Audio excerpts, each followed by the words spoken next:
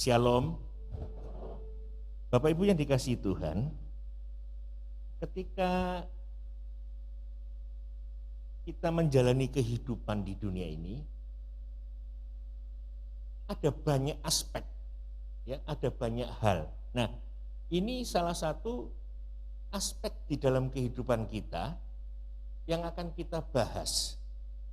Ya, Bapak Gembala sudah kasih ke saya ini regrowth dalam praktek kasih. Tapi secara khusus ini berbicara mengenai jangan menghakimi. Nah, yang dimaksudkan jangan menghakimi itu bagaimana? Yang dimaksudkan regrowth itu bagaimana? Ya, kita akan belajar pelan-pelan ya. Jadi kalau diterjemahkan bebas, ya, regrowth itu berarti bertumbuh kembali. Nah, di dalam konteks kekristenan, bertumbuh kembali ini setelah mengalami gangguan atau hambatan. Apa gangguannya, apa hambatannya? Banyak. Karena tergantung Bapak Ibu maupun yang di rumah, tergantung Anda berada di posisi mana dan di posisi apa. Ya, tapi intinya bahwa kita harus bertumbuh kembali, terus bertumbuh, tidak boleh berhenti. Sampai kapan? Sampai mati. Ya, jadi kita akan bahas dari mana ini tadi? Dari Roma. Nah, kitab Roma ini ditulis oleh seorang yang bernama Paulus. Kita perlu sedikit tahu sejarah ini, kenapa? Untuk memahami kitab ini secara utuh.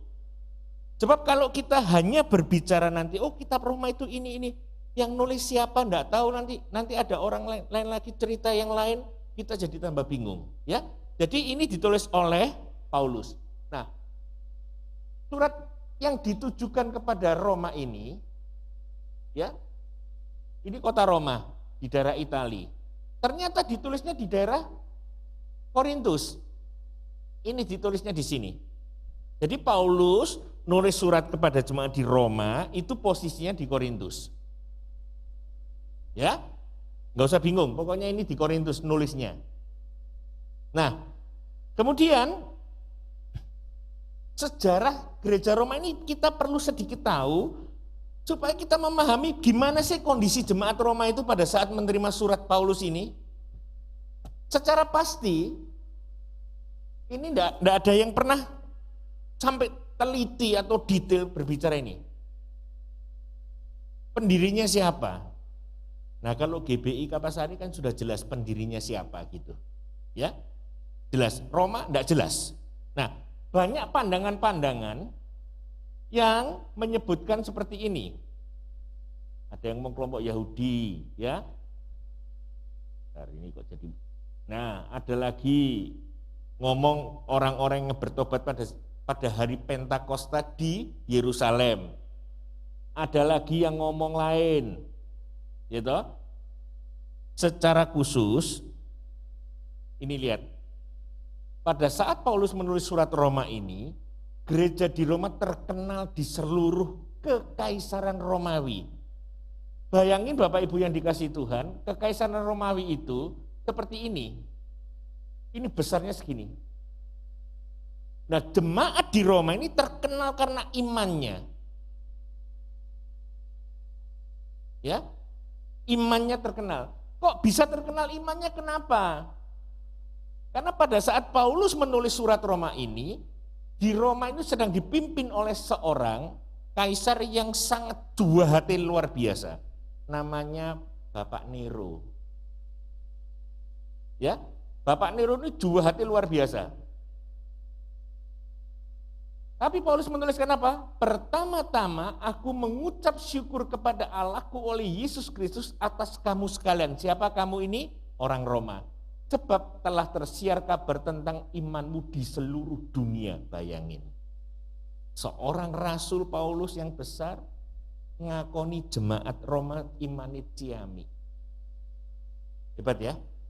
Sampai diakoni di seluruh dunia. Nah, masalahnya pengakuan Paulus ini sesuai enggak dengan kenyataannya? Kan gitu. Ya. Bisa kan dipuji, jemaat GBI Kapasari kiamik semua. Boleh, boleh. Tapi apa semua? Enggak. Kenapa enggak? Ada yang kurang ciamik gitu maksudnya. Ya. Tapi Paulus tulis Roma itu seluruh dunia. Nah, tapi ada persoalan. Makanya ketika Paulus menulis surat ke Roma ini, ke jemaat Roma, ada konflik internal ini loh. Antara orang Yahudi dan non-Yahudi. Ada ancaman eksternal dari guru-guru palsu. Gereja Tuhan hari ini juga mengalami hal yang sama. Ya, ada konflik dari dalam, ada ancaman dari luar. Semua gereja di seluruh dunia, termasuk ajaran-ajaran yang palsu atau ajaran sesat. Makanya Paulus menulis surat ini kepada jemaat di Roma yang sedang tertindas sebetulnya oleh seorang kaisar yang kejam, ya. Kaisarnya kejam, nindas gereja Roma, jemaatnya mulai kacau. Ada ajaran palsu masuk. Tambah bingung lagi. Ini mau percaya yang mendirikan gereja apa percaya siapa? Mereka kacau luar biasa. Makanya kalau para penulis komentari, ya, jujur ngomong, surat Roma ini isinya Injil tapi yang dipadatkan. Nah, yang lucu, di tengah-tengah tekanan dari perpolitikan, Paulus masih mengingatkan supaya kita taat kepada pemerintah. Lucu ya? Pemerintah jahat kita suruh taat.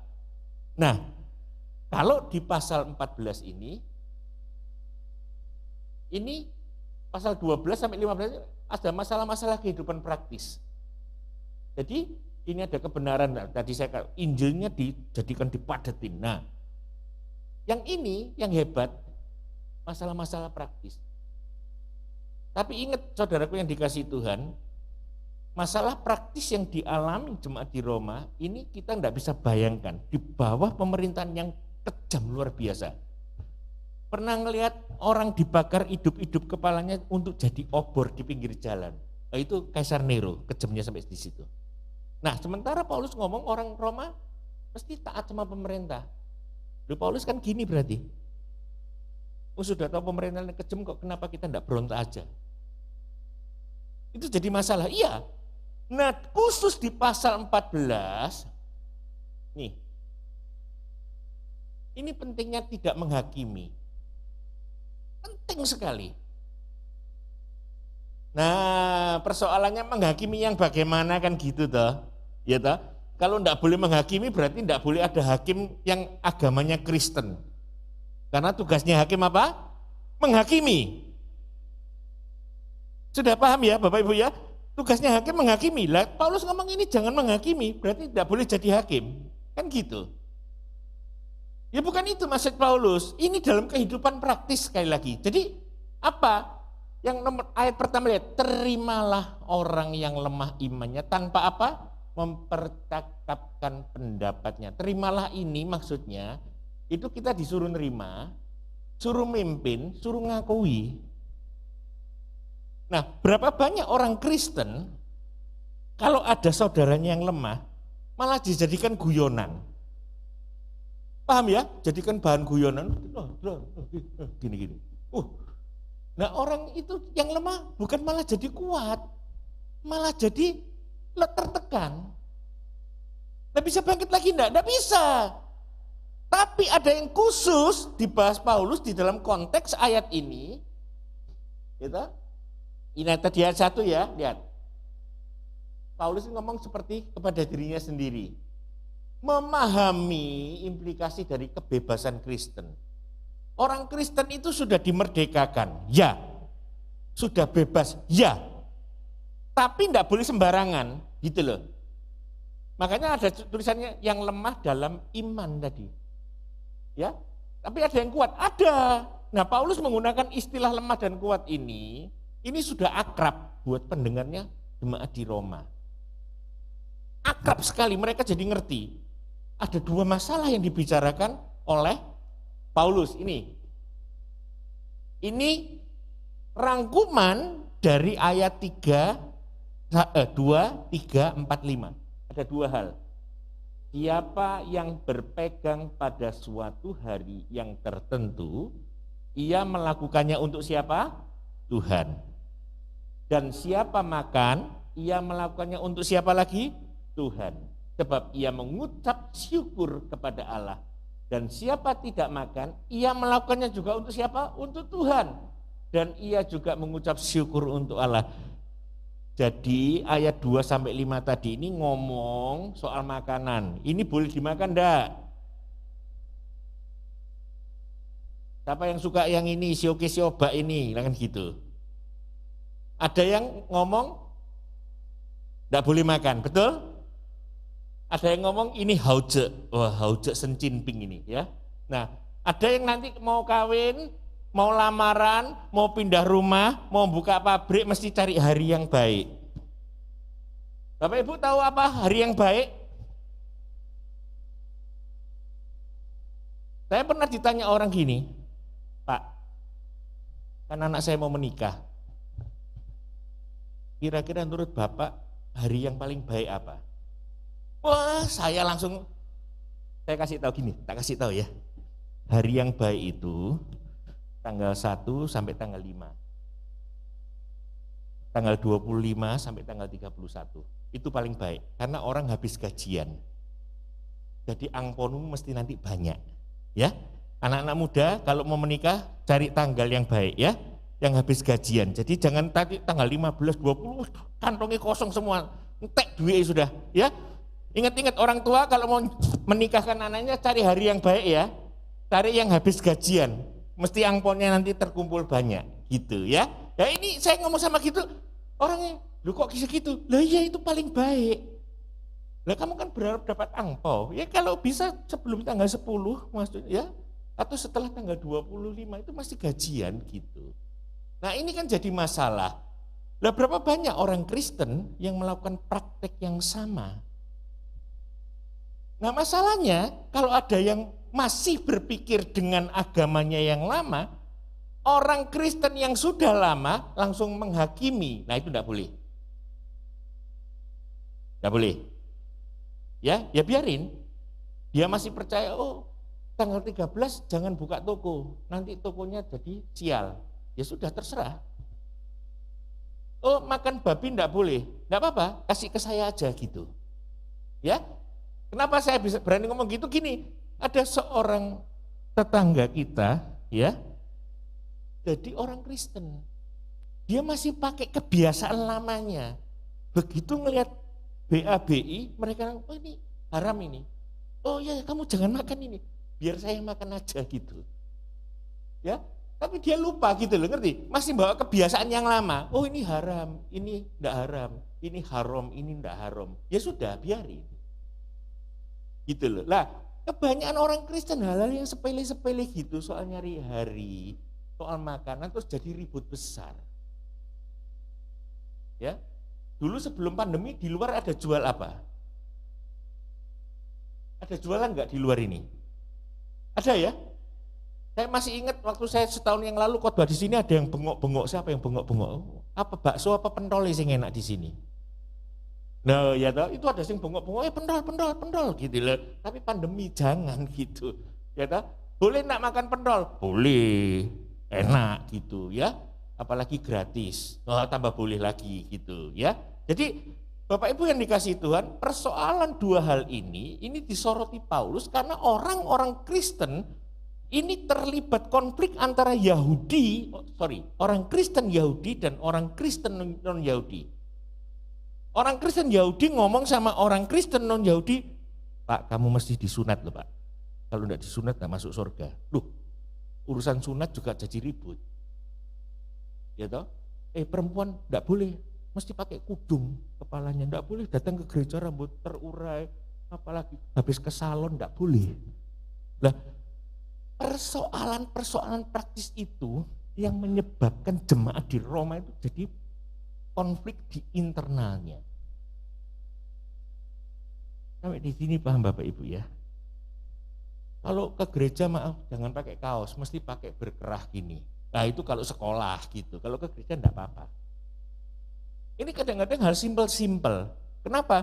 Karena ada orang yang tidak punya baju berkerah, punyanya cuma kaos, dia sudah biarin. Makanya tadi ayat 1 ngomong kita mesti menerima dia. Apa adanya gitu. Saya pernah di satu gereja, kalau WL, maaf, di WL-nya di mana ini? Tidak boleh pakai celana panjang. Nah terus pakai apa? Harus pakai rok. Nah kalau loncat-loncat gini kan ya lucu gitu loh. Nah ini jadi hal-hal yang sepele tapi jadi masalah besar gitu. Ya, ini yang terjadi di jemaat di Roma. Tapi Paulus mengingatkan, ya, untuk khusus masalah 2 ini, yang ngomong gini, dalam hal ini yang penting, yang paling penting malahan bukan apa-apa tapi berusaha untuk menyenangkan Tuhan dalam segala hal yang kita lakukan. Nggak peduli kamu mau ngomong apa ini. Orang Kristen sampai pada kesimpulan berbeda tentang apa artinya praktek. Bisa, kenyataannya di Roma pernah terjadi. Ya, jadi ini ada penyerahan dan ucapan syukur. Siapa yang tiap hari bersyukur sama Tuhan, kan gitu. Ya, jarang orang yang tiap hari begitu bangun, terima kasih Tuhan. Tapi banyak yang gini, melek moto, aduh, saya utang iki, kan repot hidupmu. Kenapa enggak engkau syukuri? Syukuri dulu, habis itu baru mikiri utang gitu. Ya, supaya gampang hidupmu. Nah ini orang Kristen ini sekarang ini terjebak di dalam hal yang bersifat duniawi. Bersyukur dulu, ini penting ini, bersyukur, ucapan syukur ini penting sekali. Nah berikutnya, ayat 7-8, sebab tidak ada seorang pun di antara kita yang hidup untuk dirinya sendiri dan tidak ada seorang pun yang mati untuk dirinya sendiri. Sebab jika kita hidup untuk siapa? Tuhan. Dan jika kita mati untuk siapa? Tuhan. Jadi baik hidup atau mati kita adalah milik Tuhan. Bagaimana menjelaskan ini? Paulus tidak menjelaskan gini, perilakumu tidak punya efek, bukan masalah itu dok, gitu loh istilahnya ya. Tidak ada orang Kristen yang harus hidup untuk menyenangkan dirinya sendiri saja. Ini loh, kuncinya di situ. Jadi kalau ada orang Kristen hari ini yang hidupnya untuk menyenangkan diri, maaf, tidak cuma makanan, tidak cuma soal hari saja, soal banyak hal. Ya, makanya yang di sini saya lihat saya selalu benar, merasa selalu benar. Ya, ini jadi masalah. Iya. Nah ini diperingatkan Paulus. Ya. Hidupnya kita ini untuk menyenangkan Tuhan. Kok bisa ngomong gitu? Ya Alkitab yang ngomong sudah, ikut aja, patuh aja. Nah, sebab untuk itulah, ini ayat 9 ini menjelaskan, Kristus telah mati dan hidup kembali supaya ia menjadi Tuhan, baik atas orang-orang mati maupun atas orang-orang yang hidup. Maksudnya gimana ayat ini? Nah, Yesus Kristus ini juga hidup, mati dan hidup kembali. Ini bedanya Yesus sama kita. Dia hidup, mati dan hidup kembali. Nah, akibatnya dia, Tuhan ini, Yesus ini adalah Tuhan dari mereka yang telah mati dan mereka masih hidup. Maksud Paulus apa? Yesus Kristus adalah hakim dan kita bukan hakim di dalam konteks kehidupan di dunia. Oke? Perhatikan ya, ini di dalam konteks kehidupan kita di dunia. Kenapa? Karena 1 Korintus 6 ayat 2 dan 3, Paulus yang sama ngomong kita semua yang duduk di sini, yang di belakang maupun yang di depan, ya toh, semua kita di sini yang percaya Yesus, kita akan menghakimi malaikat. Keren ya? Tidak peduli modelmu di dunia bagaimana, kayamu seberapa, jelekmu seberapa, tidak peduli. Kita nanti kalau mati di zaman akhir kita menghakimi malaikat-malaikat. Nanti dibuka di rumah 1 Korintus 6, 2 dan 3. Ya, jangan lupa itu kita jadi hakim malaikat-malaikat. Keren kita ini ya. Tidak peduli kamu jelek, kamu kaya, kamu apa. Tidak peduli, pokoknya percaya Yesus, nanti kita di akhir zaman menghakimi siapa? Malaikat-malaikat. Oke? Nah, yang 10 ini lebih tegas lagi. Tetapi engkau, mengapakah engkau menghakimi saudaramu? Atau mengapakah engkau menghina saudaramu? Sebab kita semua harus menghadap takhta pengadilan Allah. Nah, takhta pengadilan Allah ini sebetulnya bisa diterjemahkan penghakiman Allah. Ya, ini kata menghakimi dan di sini penghakiman, ini ada dua kata yang berbeda yang sama-sama bisa diterjemahkan menghakimi. Ya. Nah, maksudnya apa Paulus? Tidak ada alasan untuk menghakimi dan menghina saudara seiman yang lebih lemah. Karena yang berhak menghakimi adalah Tuhan Yesus dan belum tiba waktunya penghakiman. Jadi ingat ya, ayat 10 ini, menghakimi dan penghakiman ini memang bahasa Indonesianya sama, tapi beda. Nah, bedanya di mana? Nih, ada dua kata, saya terpaksa harus keluarkan bahasa Yunani, karena memang terjemahan kita selalu pakai kata menghakimi. Ya, ada kata bema dan ada krino. Nah, yang tadi ayat 10, ini pakai krino, di sini pakai bema. Tapi terjemahan kita ngomong takhta pengadilan Allah. Sebetulnya penghakiman dari Yesus, penghakiman Allah. Nah, bema ini Bapak Ibu yang dikasihi Tuhan bisa diartikan menghakimi, ya. Krino juga bisa diartikan menghakimi, ya betul, tidak ada yang salah. Bedanya di mana? Kalau krino, kalau bema ini seperti gini, saya naik ke sini. Nah, posisi saya di sini, ini saya menghakimi. Dalam konteks saya posisinya lebih tinggi dari Bapak Ibu. Ini bema. Tapi kalau krino, ini ada hukuman yang menyertai. Itu bedanya. Ya, sama-sama menghakimi, tapi kalau bema itu merasa lebih tinggi, kalau krino ini ada hukuman yang mengikuti. Itu yang membedakan.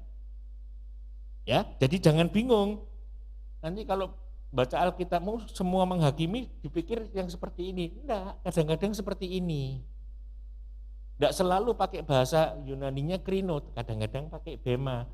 Nah, apa yang mau disebutkan Paulus ketika dia berbicara mengenai krino terhadap sesama? Karena kalau kita menghakimi, itu kita menjatuhkan hukuman seolah-olah seperti itu. Itu yang tidak boleh. Ya, makanya di ayat 10 tadi termasuk dijelaskan kita juga tidak boleh seperti itu karena nanti Allah yang lebih tinggi sebetulnya. Posisi Allah yang lebih tinggi yang akan menghakimi kita semua. Nah, ini yang membedakan. Kalau saudara-saudara nanti kepada saudara seiman menghakimi dalam konteks memberikan hukuman, tidak boleh. Karena saudara bukan hakim.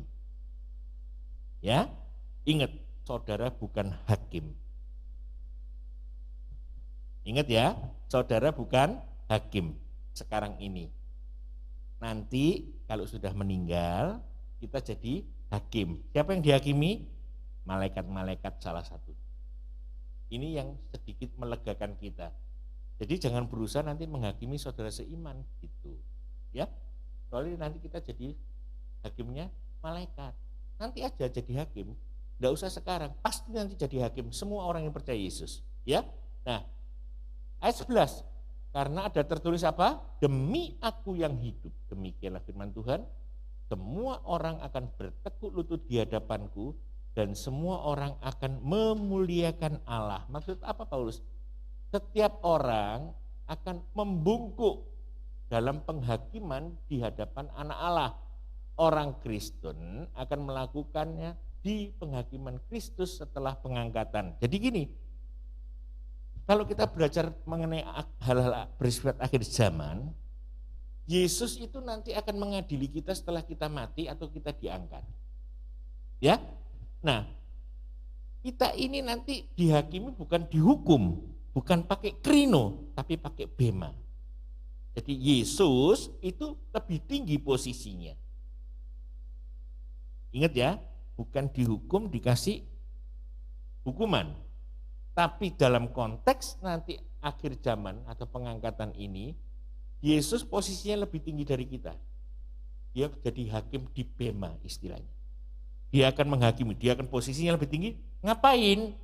Dia memberikan kepada kita mahkota. Nah beda ya kalau sama Krino tadi ngasih hukuman. Yesus enggak, ngasih mahkota ke kita nanti. Makanya setiap lutut ini akan bertelut, kita akan membungkuk kepada Tuhan. Enggak bisa enggak. Ayat 12. Demikianlah setiap orang di antara kita akan memberi pertanggungjawaban tentang dirinya sendiri kepada Allah. Ingat, kita masing-masing tanggung jawab sendiri.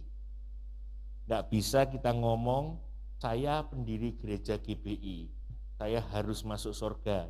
Enggak bisa. Saya jemaatnya Pak Henok, saya harus masuk surga. Enggak bisa.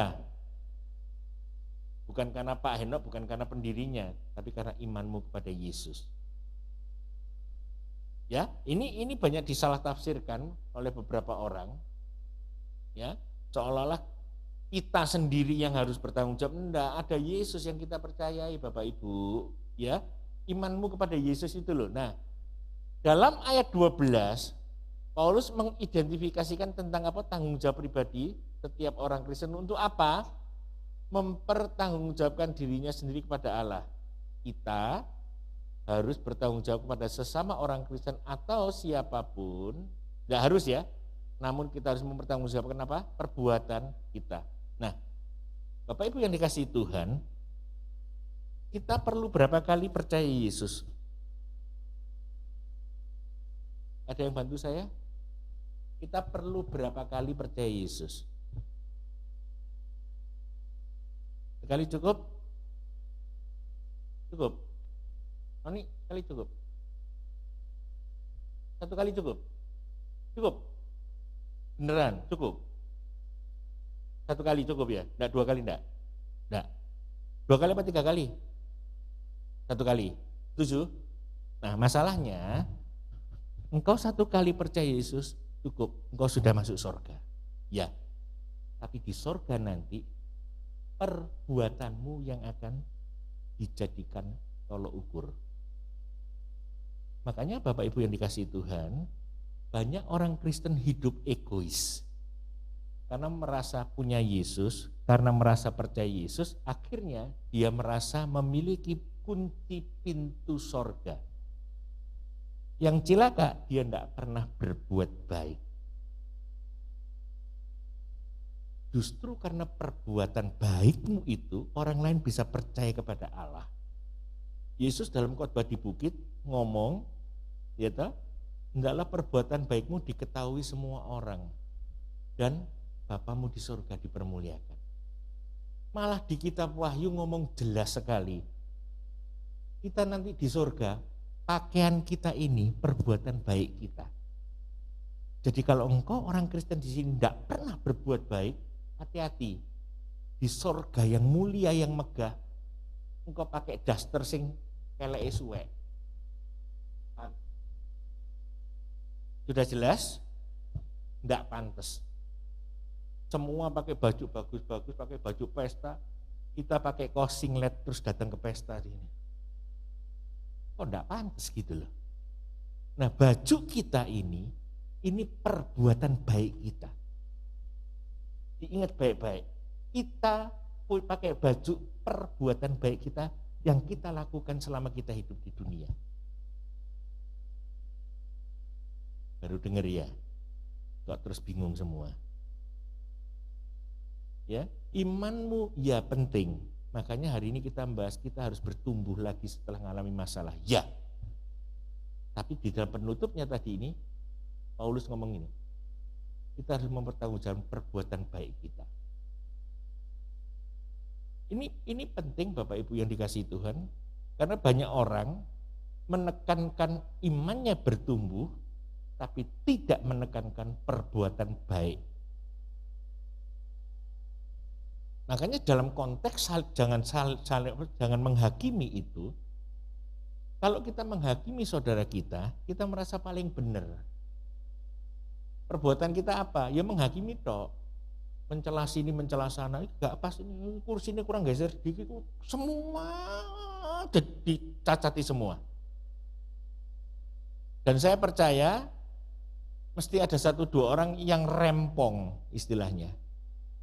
Ya, ini sedikit enggak cocok, ini sedikit enggak cocok, enggak apa-apa sudah biarin, kita mesti menerima dia. Alkitab bilang, ya terima dia, ya sudah, terima aja. Enggak perlu dipersoalkan nih kok rempong ini, sudah biarin aja, nanti capek-capek sendiri. Serius ini, nanti capek-capek sendiri. Nah, di dalam konteks ayat yang kita bahas tadi, ya, Rasul Paulus menekankan kebodohan menghakimi rekan-rekan Kristen kita yang berhubungan dengan praktik kehidupan secara berbeda dari cara kita melakukan. Jadi kalau ada yang sedikit berbeda gimana? Tidak apa-apa. Sudah, tidak apa-apa. Dia tidak mau makan anjing misalnya, tidak apa-apa. Dia tidak mau makan kelinci, tidak apa-apa. Dia tidak mau makan nasi, tidak apa-apa, sudah biarin aja. Tidak usah dijak eker-ekeran gitu loh maksudnya. Ya, bahasa Surabaya ini tidak usah dijak eker-ekeran, biarin aja. Saya kalau duduk mau di sebelah sini, ya tidak apa-apa, sudah biarin.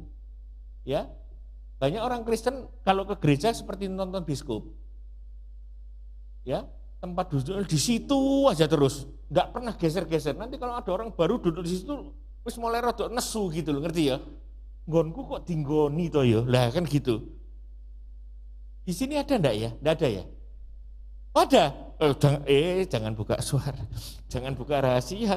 Ya kepancing saya jadi orang jahat nanti menghakimi gitu ya. Nah, Bapak Ibu yang dikasih Tuhan, di gereja itu bukan di bioskop gitu. Ya. Itu dikasih nomor gara-gara kita pandemi gitu loh, bukan seperti nonton bioskop. Ini jadi masalah, iya. Di gereja manapun percaya sama saya Bapak Ibu ya, bagi jemaat yang sudah lama, yang kuno istilahnya, kursinya itu ada namanya gitu. Walaupun itu invisible, enggak kelihatan. Mana namanya? Ini saya biasanya mulai dari buka sampai sekarang saya duduknya di sini. Oh ya, belum mati aja gitu. Ini serius. Nah, khususnya orang tuwek-tuwek memangnya. Ya Bu ya, kadang-kadang rotok bencek no memangnya. Nanti ada anak muda duduk langsung.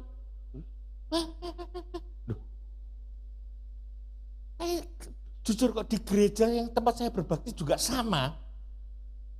Ya tak? Apalagi orang tua rodok judes gitu. Waduh, begitu kelihatan dari jauh sudah ada empati gitu, langsung rasan-rasan sama asarnya. Apa sih ngongkon narik iku lungguh kono iku? Lho.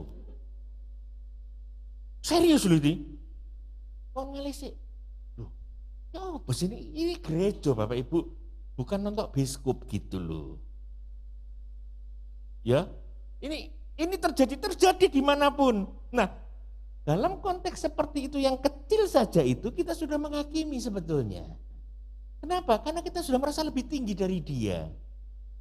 Lebih senior. Terus lebih tua. Lebih apa lagi? Lebih banyak gitu loh. Ya sudah makan garam, makan garam dunia banyak, hati-hati darah tinggi gitu ya. Biasanya ngomong saya sudah makan garam banyak loh, ya darah tinggi, hati-hati gitu. Makanya orang tua-tua banyak yang darah tinggi karena terlalu banyak makan garam dunia gitu, ya. Nah, ingat ini, ya, bertumbuh kembali dalam iman apa?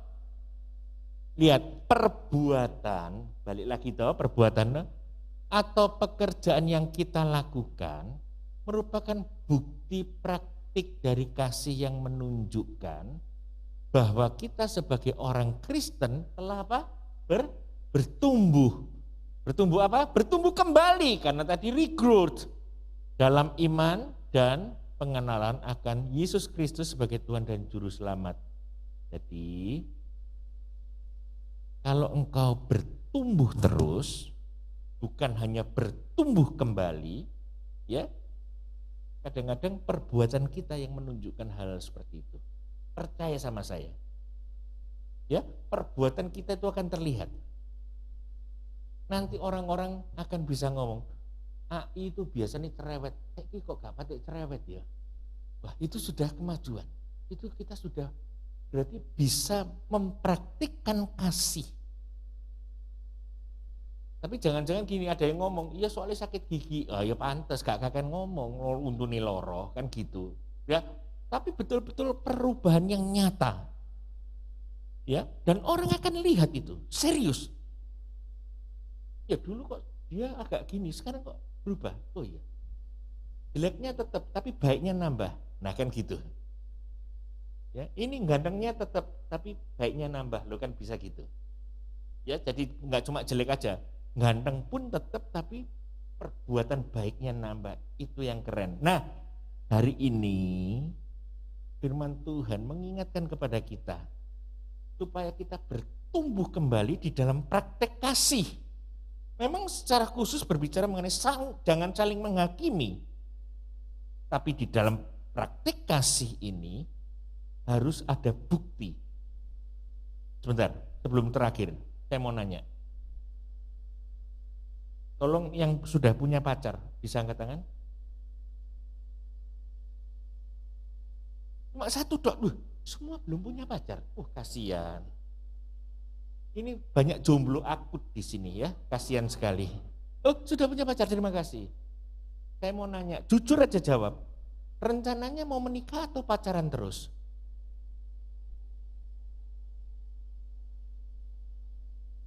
Susah kan jawab kan? Mau pacaran terus apa mau menikah terus? Mau menikah, puji Tuhan. Nah Bapak Ibu, menikah itu bentuknya perbuatan kita menyatakan kasih. Kalau yang pacaran, aku mengasihi kamu. 2 tahun lagi, aku mengasihi kamu. 5 tahun lagi, aku mengasihi kamu. 15 tahun, aku mengasihi kamu. Gak dikawin-kawin.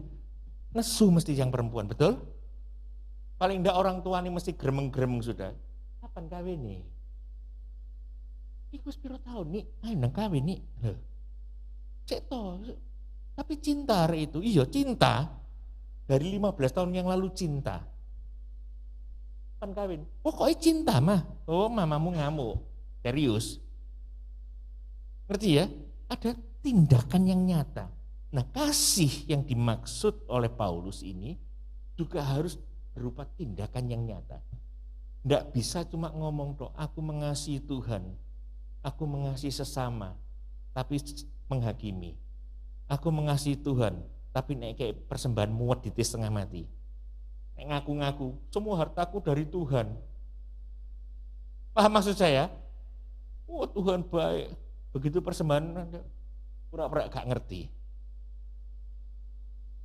Dari wong Cina pura-pura kenggong, gak ngerti. Terus pokoknya di persembahan, pokoknya ya. Kasih itu harus ada tindakan dan perbuatannya. Kalau kasihmu hanya sebatas di mulut, maaf, engkau belum bertumbuh. Jadi Bapak Ibu yang dikasihi Tuhan, ketika engkau akan mempraktikkan kasih, nomor 1 yang gampang, jangan menghakimi saudaramu sendiri. Ya, jangan gosip saudaramu di belakang. Ya, tapi yang lebih penting praktikkan kasih itu di dalam perbuatan baikmu. Amin.